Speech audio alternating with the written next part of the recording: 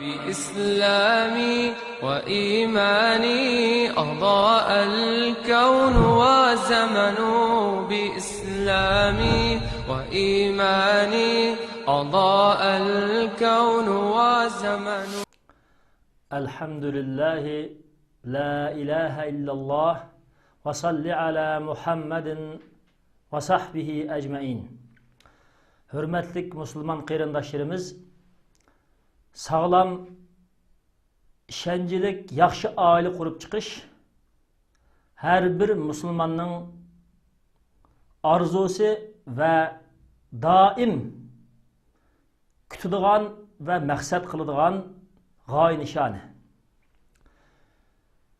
Muşu güzel gaye nişanğa yetiştikki bolğan məqsəd, biz sağlam aile kurup çıqalısak, bu dünyada özümüz ve ailemiz bəxtlik buludu. İgimiz Allah Subhanahu wa Ta'ala'nı razı kılalayımız ve ahirette Allah'ın merhameti cennete girip dövzixi bolğan Allah'ın azabından qutlalayımız. Çünkü her ikkilimiz öz ara birisi-birisimizni yaxşılık boylayımız, yamanlıqdan dostumuz. Yaxşı aqidege, yaxşı düşüncege, yaxşı ahlak qaytaklayımız. Yaman düşünce, yaman ahlak, yaman yollardan tosumuz. Şunun için Allah Subhanahu wa Ta'ala Kur'an-ı Kerim'de innel mu'minine vel mu'minat ba'duhum evliya'u ba'd ya'muruna bil ma'rufi ve yenhavna anil munkeri degan. Hakikaten mümin erler ve mümin ayalla ulanın bazısının igileri. Öz ara birisi-birisilerini yaxşılıqqa buyuruydu ve yamanlıqdan tosudu diyen. Mana muşundaq güzel sıfat bizde tepelediken, yani icabi bulduğun Allah bizden razı bulduğun ve Peygamber Aleyhisselam'ın sünnetiga ergeşkili bulduğun ve cemiyet hayatıda yaxşı obraz yaratıdığın güzel sıfatın ibaret icabi obrazını yaratıp özümüz ve ailemiz ve cemiyetimizge yaman tesir peyda kıldığın selbi obrazdan ibaret cinayet kılmışları ve her kandak Allah Teala'nı narazı kıldığın yaman şirketten ve haram kılmışlardan, şirik ve bid'atlerden yirak turuş bilen biz hakiki, güzel, çiraylık, ölgülük, sapalık, nemunuluk, canlılık, psikikilik, güzel aile kurup çıkalayımız. Şunun için muşu güzel aile kuruştun burun o ailenin başlaydıgan yolu buludu. Adem dastlabki hariti de yoki mangan yolu da hatalışıp kesse ahirki yetadigan manzilidimi baxtsiz qoladi, quruq qoladi. Şunun için Allah Subhanahu wa Ta'ala bizlerini nikahlanıştan burun, öylünüşten burun yaxşı ayollarga o'ylinishimizga, yaxşı ayollarmi yaxşı erlarga o'ylinishiga, o'g'il qizlar o'zining Allah'ın aldığa qiyomatgacha billi baradigan hayot shiriki o'zining eng yaxshi ko'radigan Allah'ın cennetiga erishishga sabab bo'ladigan o'zining eri yoki ayolidan iborat qerindishini tanlashda eng qattiq ko'ngil bilsa, andın bu tanlagan tanlaşı natijaga erishtirdi. Shuning uchun Alloh subhanahu va taolo Qur'oni Karimda dediki: "Va ankihul ayama minkum was-salihin min ibadikum va imaikum." Sizlarning ichinglardan tul öğlenmegen yigit qizlarni öylep qo'yinglar. Yine Allah Taala Allahi dediki, sizlarning qullaringlar ishidan salihlarni öylep qo'yinglar deydi. Ayni vaqtida boshqalarning qulchilik qilib turayotgan erlardan salihlarni alohida tilga oladi. Demak, hozirgi davrimizda bu nima degan muhim o'rin turgan? Er salih bo'lsa, salih bo'lish uchun shart topiladi. Birinchisi iymoni bo'lsa, ikkinchisi Rasululloh alayhisalom ilib kelgan barliq sunnat va barliq Rasululloh alayhisolatu vasallamning hayotini o'zida ulgu qiladigan go'zal axloqliq bo'lsa, mana mushundaq yigit bo'ladi ekan, oltin yuzukka gavhar ko'z qo'yganga o'xshash oila haqiqiy güzel, baxtlik oila bo'lalaydi. Shuning uchun biz har qanday qizlar o'ylanmoqchi bo'lsak, solih erlarni tanlashimiz kerak. Va yana dedeklaringlardan dedi. Ya'ni dedeklarmi nima bo'lish kerak? Solih bo'lish kerak. Shuningdek, hozirgi jamiyatdagi har qanday o'ylanadigan qiz ve yigitler evvel imanı buluşu, ikkinci kılıp Resulullah aleyhisselam ilip gelgen vahiy şeriatga uygun yaxshi amal qildigan buluşu, hem Resulullah aleyhisselamның güzel ahlakı bular tepiliş gerek. Muşundaq güzel aile kuruşqa Müslüman ümmetini, Müslüman halkını ve Müslümanların cemiyet rehberlerini Allah subhanahu wa ta'ala marmuş ayette kızdıktırdı ve buyuruydu. Manımışında nikahını yol koysa, bu cemiyet nemeden kutludu dese, namratçılıktan, baxsizlikten kutludu. Çünkü bunun ahiriste Allah subhanahu wa ta'ala dedikken ki, İyyekûnû fuqarâ'a yughnihimullahu min fadlih vallahu vâsi'un alim. Eğer ular namrat bolsa, ularını Allah öz fazlidan boy qiladi. Allah kang rizq berguchi hem bilib turguchi deydi. Demek Allah subhanahu wa ta'ala bizga o'rgatgan shariatga, islomga ching turib biz nikah ve şeriat ölçümündeki öğrenişini yol koyuşqa tirishchanlik qiladi ekanmiz. Biz yigitlarimiz ve her qandaq bir öğrenmekçi bo'lgan kishilarni Rasululloh aleyhisselam sahobalarga o'xshash bularga bilim, din, hidayet ve to'g'ri kasb o'timiz. Mush orqali Allah subhanahu wa ta'ala bularni halal kasb qiladigan dini ilim ve her qandaq şu zamanғы dairlik Allah'ını razı qiladigan, Müslümanlığı fayda etkizadigan fanni kasblarni ügütüp ve ügünüp ailesi ve cemiyetiga iqtisad ve menfaat yarata oladigan yaxshi avlodlarning maydonga kelishga tirishchanlik qildi ekanmiz. Mana bu Rasulullah aleyhissalatu vesselamның sünnetiga uygun bo'lgan bo'ladi. Mana shundaq oilalarni Allah subhanahu wa ta'ala öz fazlidan boy qiladi.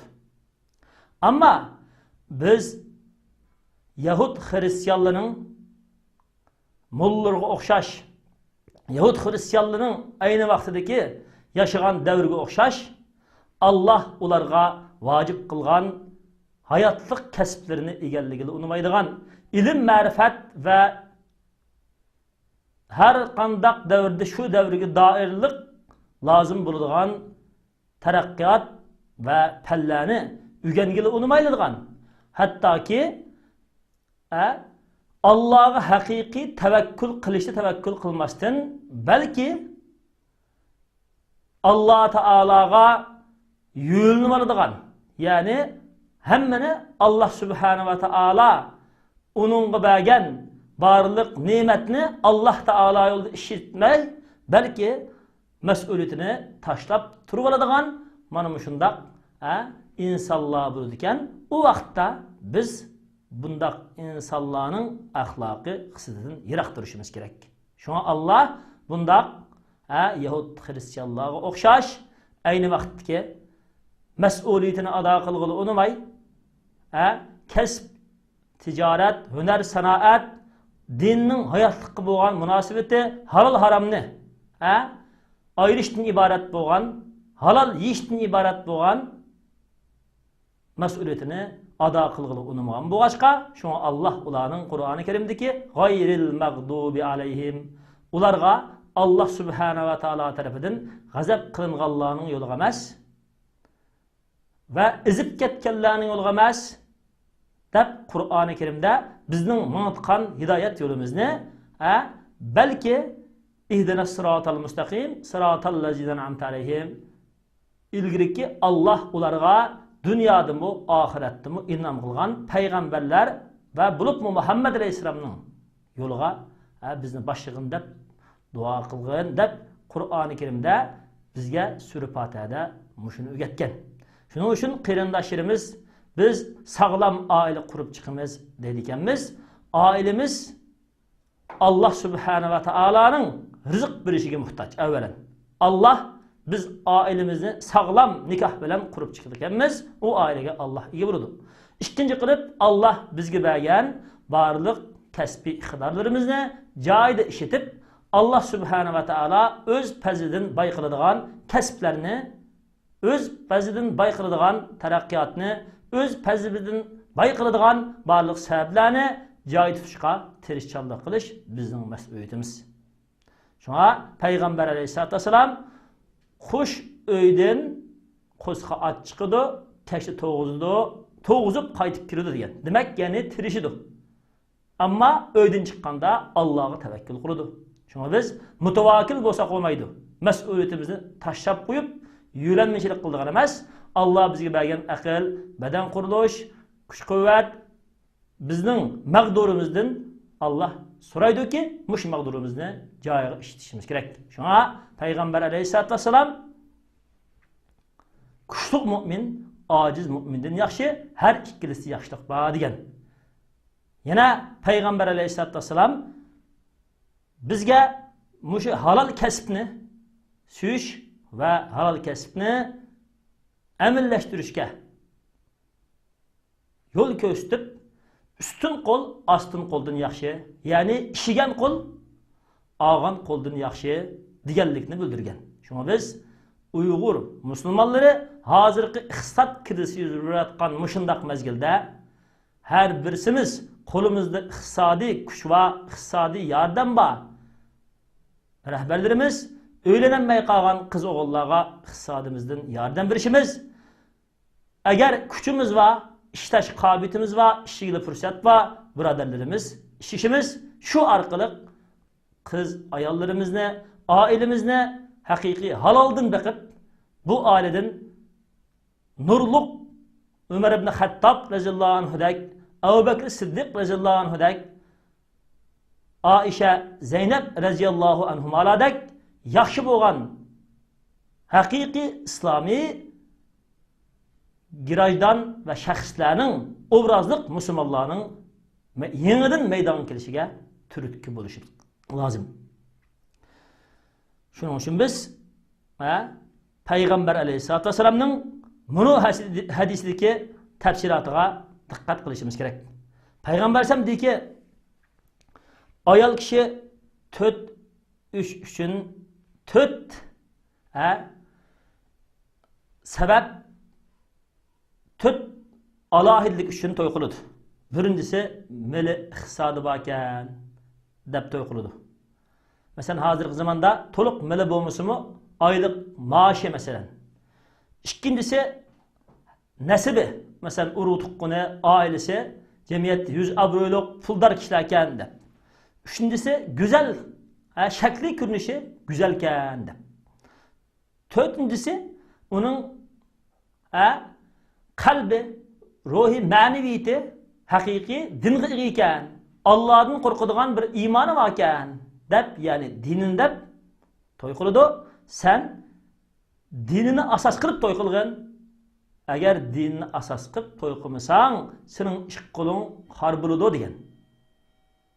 Kıyrandaşlarımız, biz Allah Subhanahu ve Taala'ya hak kul, Peygamber Aleyhisselam'ın hakkı ümmeti da olsak, toy kılgan vaktimizde onun dinini asas kılıp toy kılışımız gerek. Yine Peygamber Aleyhisselam diyen ki, dünya menfaatlanadigan narsa. Dünya menfaatinin yaxşısı el-mer'atu saliha. Yani saliha degan nima? İmanı var, ibadeti var, yaxşı güzel ahlakı var, yaxşı salih ayal. Resulullah Aleyhisselam'ın yolunda mağadigan, ahiretini dünyadan yukarı bıradigan yaxşı ayal. Mana şu dünyadaki sen erişken barlık menfaatinin yaxşısı degan. Yine Peygamber Aleyhisselatü Vesselam degan. Sizlarning biringlar o'ziga shukr aytqichi yurakni, Allah Taolani eslab turadigan tilni, ya'ni zikr qilib turadigan tilni, Qur'on o'qiydigan, subhanalloh, alhamdulillah, Allohu akbar deb turadigan, yaxshilikni boshqalarga yetkazib turadigan tilni va oxirat ishiga hamkorlashadigan ayolni tutsin dedi. Yani mushuni o'zining asaslık mülkü kılsın bu dünyada, asaslık kıladigan iş kılsın dedi. Yine bir rivayette, ey Muaz, şükür aytqichi yürek, zikr aytqichi til ve yaxşı ayal sana senin dünyalık işinga ve senin dininga hamkorlashadigan yaxşı ayal insonlar saqlagan xazinening eng yaxshisi degan. Hammamizni mana shu yuqorqi hadislarda Peygamber Aleyhisselatü Vesselam bizi göstertkendek, dünyada mı, ahirette mi bizge hemra buladigan, cennetki biri kıladigan ve kul tutuşup biri kiradigan hakiki yaxşı aile ve yaxşı ayal ve yaxşı evlatlarının bizge hemra buluşunu Allah nasip olsun. Hemimizni Allah güzel, ölgülük, yaramlık, nemulluk aile kurgu nasip olsun. Ve salli ala Muhammedin ve sahbihi ecmain.